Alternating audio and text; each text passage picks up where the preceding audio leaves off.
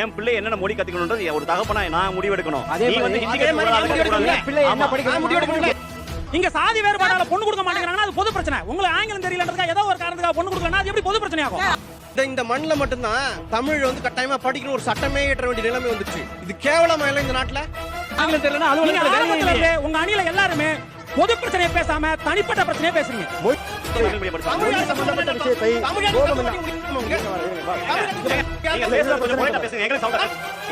தமிழ்ல நான் தூய தமிழ்ல என் மேஸ்திரி கிட்ட பேசினா அண்ணனுக்கு ஏதோ ஆயிடுச்சுன்னு நினைப்பாங்க. தமிழ்ல பேசுறோம் லூசு போயிடலாம்.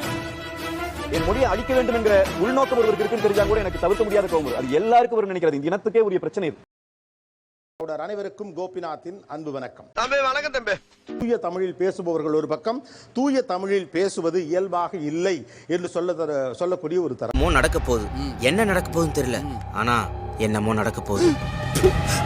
இவங்க எல்லாமே தொடர்ச்சியாக தூய தமிழிலே பேசுகிறவர்கள், அதை பேச முயற்சித்துக் கொண்டே இருக்கிறவர்கள் அப்படிங்கிறவங்க இங்க இருக்கிறதுனால நீங்க அவங்கள்ட்ட கேட்கலாம். சண்டாளா நினைச்ச மாதிரியே சரிங்க திருப்பி விட்டானே, நான் என்ன பண்ணுவேன்? ஏடிஎம்ல எனக்கு நடந்தது தான் அது. பேங்க்ல போய் கேட்கும்போது ஒருத்தர் தூய தமிழ்ல சொன்னாரு. எனக்கு அது புரியல. என்னடா முட்டாத்தனமா பேசிக்கிட்டு இருக்க முட்டா பயல. வங்கி தொடர்பான சேவைகள், பயன்பாடுகள் இது எல்லாத்தையும் எப்படி நீங்க தூய தமிழ்ல பேச முடியும்னு கேட்கிறாரு. ஏன் இதை உனக்கு சொல்லி ஆகணுமா? சொல்லுங்களேன். அதாவது நீங்க அப்படியே நீங்க மொழிபெயர்க்கணும்னு அவசியம் இல்லைங்க.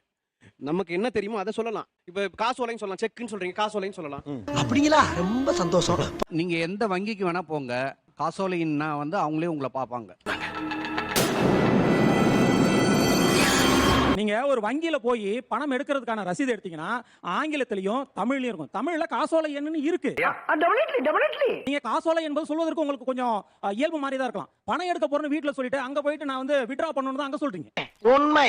ஏடிஎம் கூட சொல்லிட்டு போங்க. பணம் எடுக்க போறேன் அப்படின்னா என்ன சார் என்ன வேலை வந்திருக்கீங்க? பணம் எடுக்க வந்திருக்கேன் அவ்வளவுதான். அங்கபடியே கேஷ் வித்ட்ரா பண்ணணும்னு சொல்றீங்கன்னு கேக்குறாரு. ஒரு சொல் வந்து பழக்கப்படாத முதல் முறை சொல்லும் போது ஒரு வெட்கம் இருக்கும்ல. எனக்கு வெக்கமா இருக்கு சொல்றதுக்கு. உண்மை அதுதான். சீக்கிரம் சொல்லுங்க, எனக்கு நிறைய வேலை. சொல்ல வந்து அவங்க பலமுறை சொல்லும் போதுதான் அது பழக்கத்துல வரும். அப்ப வழக்கத்துல ஏன் இல்லன்னா பழக்கப்படுத்தல, பழக்கத்துல இருந்து வெளியில போயிருச்சு அது. காசி இதெல்லாம் எப்படிப்பா, இதெல்லாம் எப்படி உன்னால முடியுது? இப்போ வந்து காசோலையை கொடுங்க, அந்த படிவம் கொடுங்கன்னு கேட்பேன்.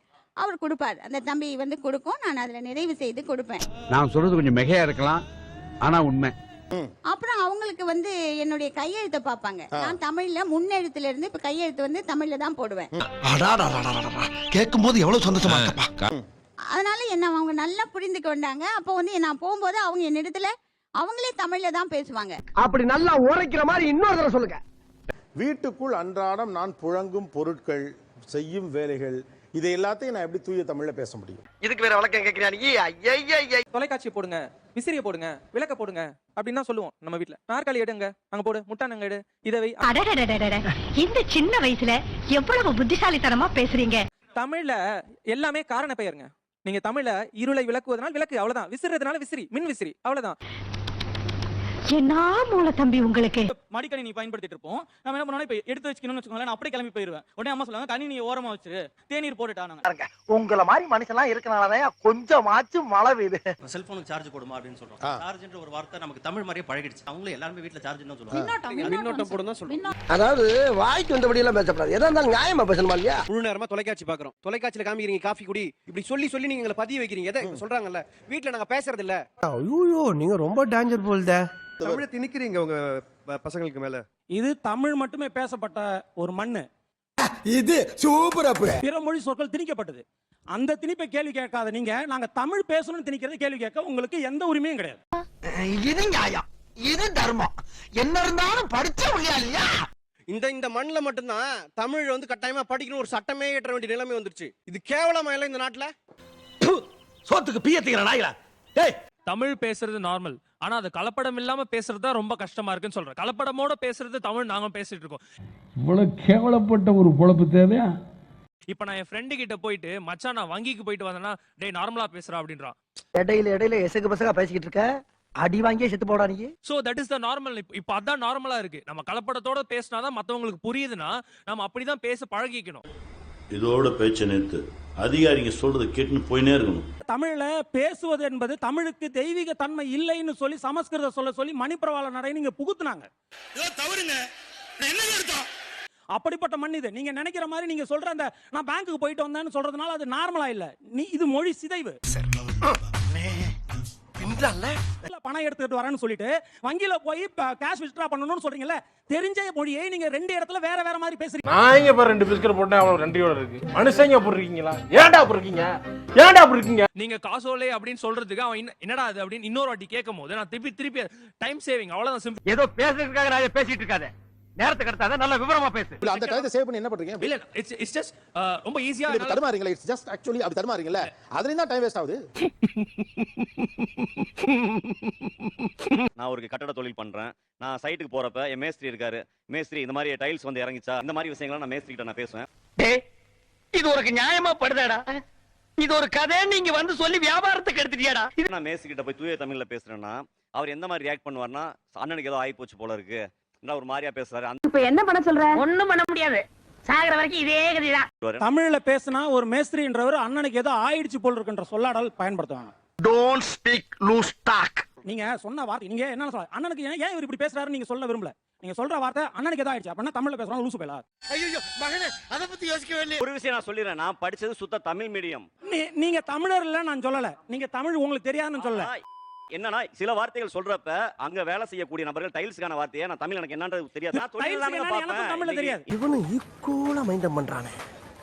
நான் தூய தமிழ்ல என் மேஸ்திரி கிட்ட பேசினா அண்ணனுக்கு ஏதோ ஆயிடுச்சுன்னு நினைப்பாருனா பண்ணிக்கலாம். இதுவரை பேசுறவங்க இல்லைங்க.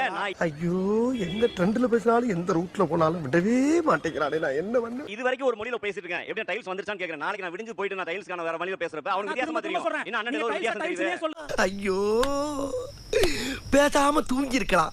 நானே வந்து மாட்டிக்கிட்டேனே. பில்டிங்க கட்டறான்னு சொன்னா எனக்கு ஏதோ ஆயிடுச்சுன்னு ஒருத்தன் நினைப்பாருன்ற மனநிலை இருக்குல, அது தமிழ்ல பேசுறவங்க எல்லாரும் மனப்பிளர் உடையவங்கன்னு நீங்க நினைக்கிறீங்கன்ற மாதிரி. ஒரு தப்பும் பண்ணவே இல்ல, உலக லெவல்ல பழி போடுறாங்க. நான் சொன்ன விஷயத்தை நீங்களே சொல்லி காட்டுங்க. நான் சொன்னேன்ல, எப்படி நீங்க மேஸ்திரிட்ட பேசுங்க சொல்லி காட்டுங்க. தமிழ்ல பேசுங்க, இத்தாலி மொழியில கூட பேசுங்க, அத பத்தி எங்களுக்கு கவலை இல்ல. அது நமக்கு ஒத்து வராதுங்க. தனித்தமிழ்ல பேசினா அவனுக்கு ஏதோ ஆயிடுச்சுன்ற மாதிரி சொல்லுவாங்கன்ற உங்க மனநிலை இருக்குல, அது இங்க உட்கார்ந்திருக்கிற எல்லாரையும் அவமானப்படுத்துறது. நானா இருந்தா நாக்க புடிங்கி போட்டு செத்துருப்பேன். பொதுவா இங்கிலீஷும் தமிழும் கலந்து பேசிட்டு வந்திருக்கும் போது புதுமையா திடீர்னு மொத்தமா தமிழா பயன்படுத்த ஆரம்பிச்சோம்னா இவருக்கு ஏதோ ஆயிடுச்சு. இல்ல வேட்டியத்தான் அவுத்துக்கிட்டே ஓடியோ கேக்குறேன், இங்க இருக்கிற எல்லா தொலைக்காட்சியிலயும் தமிழ்ல செய்தி வாசிக்கப்படுது. செய்தி வாசிக்கிறவங்க எல்லாம் லூசு பேல, எல்லாம் தமிழ்ல தான் வாசிக்கிறாங்க. நீ கேட்ட ஒவ்வொரு கேள்வி என்ன செருப்பால் அடிச்ச மாதிரி இருக்குடா. இது நீங்க அவங்க கிட்ட கேட்க வேண்டியது. ஏன் நீங்க தான் சொல்றீங்க? நான் மத்தவங்களுக்கு அந்த சான்றை நான் கொடுக்கல. நீங்க சொல்லுங்க. மத்தவங்களுக்கு அந்த சான்றை நான் கொடுக்கல. ஏய், உழுகாதப்பா, புரட்டிடுவானுங்க. ஏன்னா நீ ஓடிடுவ, நான் தாத்தா மாட்டுவேன். நீங்க கட்டமைச்சீங்க. அவர் சொன்னார் ஒரு சொல்லு, அதுக்கு அவர் வந்து மறுப்பு தெரிவிக்கல. அதுக்குள்ளே ஆமா அப்படிதான் நினைப்பாங்கன்னு நீங்க சொன்னீங்க. வெக்கமா இல்ல, வெக்கமா இல்ல, வெக்கமா இல்ல. சாதாரண செய்தி இல்ல. இதே மாதிரி யதார்த்தமா ஆங்கில மொழி கலந்து பிற மொழி கலந்து வடமொழி கலந்து பேசுறதை இன்னைக்கு நீங்க நார்மலா பேசுறேன்றீங்க. உண்மை. அப்ப நீங்க இன்னைக்கு யதார்த்தமா சொல்லிட்டு போவீங்க, நாளைக்கு ஒருத்தன் வெளியே போய் நாங்க வந்து அந்த கைபேசியில யார் அழைக்கிறாங்க பாருங்க, என்ன லூசு பையலோட பேசுவீங்க, அதை நாங்களே நார்மலா எடுத்துக்கணும். அதானே பாயிண்ட். தேன்மொழி அப்படின்னு ஒரு பேர் வரும். தேன்மொழினா என்ன இதெல்லாம் பேர் அப்படிம்பாங்க. ஆனா வெளியில பாத்தீங்கன்னா தேன்மொழிங்கிற பேர் ஒன்றும் மோசமான பேர் கிடையாது. என்ன மனுஷன்? ஆனா அது மோசமான பேர் போல ஒரு பிம்பம் வருது அப்படி சொல்றப்ப வருதுல. அப்ப அது ஒரு கட்டமைப்பா இல்லையா? பாத்தியில ப்ராடக்ட்ட 30 வருஷம் எக்ஸ்பீரியன்ஸ் எப்படி பிடிச்சது பாத்தியா? முன்னாடி என் பேர் விஜயஸ்ரீயா இருந்தது. நான் அதை வெற்றி செல்வியா மாத்திக்கிட்டேன். ஓ, பேரே தமிழ்ல மாத்திக்கிட்டீங்க. கேட்கும் போது எவ்வளவு சந்தோஷமா இருக்கப்பா. பாராட்டுக்குரிய செய்திகளை சொல்லும் போது அருமையா பண்ணிருக்கீங்க, சிறப்பா பண்ணிருக்கீங்க அப்படின்னு சொல்ற செய்தி இருக்கு பாத்தீங்களா. அப்போ அதை கேட்கும் போதே என் நண்பர்கள் கூட சொல்லுவாங்க, நீங்க அருமைன்னு சொல்றதே எனக்கு அருமையா இருக்குங்க, செந்தமிழ் காதுல பாயிற மாதிரி இருக்குன்னு. தொலைபேசி எடுத்த உடனே வணக்கம், அதுவும் வந்து தெளிவா அந்த வணக்கங்க அப்படின்ற வரல வணக்கம் வணக்கம் முழுமையா அந்த இம்மு முடியணும். அது முடியல நன்றி. பெரிய மனுஷன் தான். அண்ணா சொன்னாரு, நான் இந்த மாதிரி போய் மேஸ்திரி கிட்ட பேசினேன்னா சார் என்னமோ மாதிரி ஆயிடுவாரோ, என்னமோ மாதிரி ஆயிட்டாரோ அப்படின்னு யோசிப்பாங்கன்னு. பயப்பிடிச்சிட்டான். எல்லாம் டெக்னாலஜி. அது ரொம்ப இயல்பா தான் சொன்னாரு. ஆனா அவருக்கு அது கோவம் வந்துருச்சு. நீங்க அங்க இருக்கிற சகோதரருக்கு வந்து நீங்க எப்படி நீங்க அப்படி சொல்லலாம், அப்ப என்ன தமிழ் பேசுறவங்க லூசா, நோட் பண்ணுங்கப்பா பின்றாம்பா அப்படின்ற அளவுக்கு அவருக்கு கோவம் வந்துருச்சு. இந்த அளவுக்கு இதை கொண்டு போக தேவையில்லை என்பதுதான் என்னுடைய தாழ்மையான கருத்து.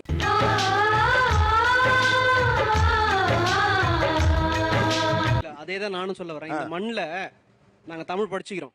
தயவு செய்து நிக்காதீங்க. இப்படியே போய்க்கிட்டா என்ன அர்த்தம்? இதுக்கு ஒரு முடிவே கிடையாது. பிள்ளை என்னென்ன மொழி கத்துக்கணும்ன்றது ஒரு தகப்பனா நான் முடிவெடுக்கணும். அதே நீ வந்து மாதிரி ஹிந்தி கத்துக்கூடாது. யார் எந்த மொழியும் திரிக்கல. நன்றி கெட்டதாமா பேச. மொழி பற்றி நீங்க பேசுறப்ப டப்புன்னு கோவம் தான் வருது. அதான் கேக்குறேன் நான். அண்ணே, ஹிந்தி எல்லா மொழிகளும் கத்துக்கணும். தமிழ்ல Yes, மது வாய்ப்பில்லை ராஜா, வாய்ப்பு கிடையாது. என்னன்னா மொழி பற்றி எல்லா மொழியும் கத்துக்கிறீங்க, தமிழ் கத்துக்க மாட்டீங்க.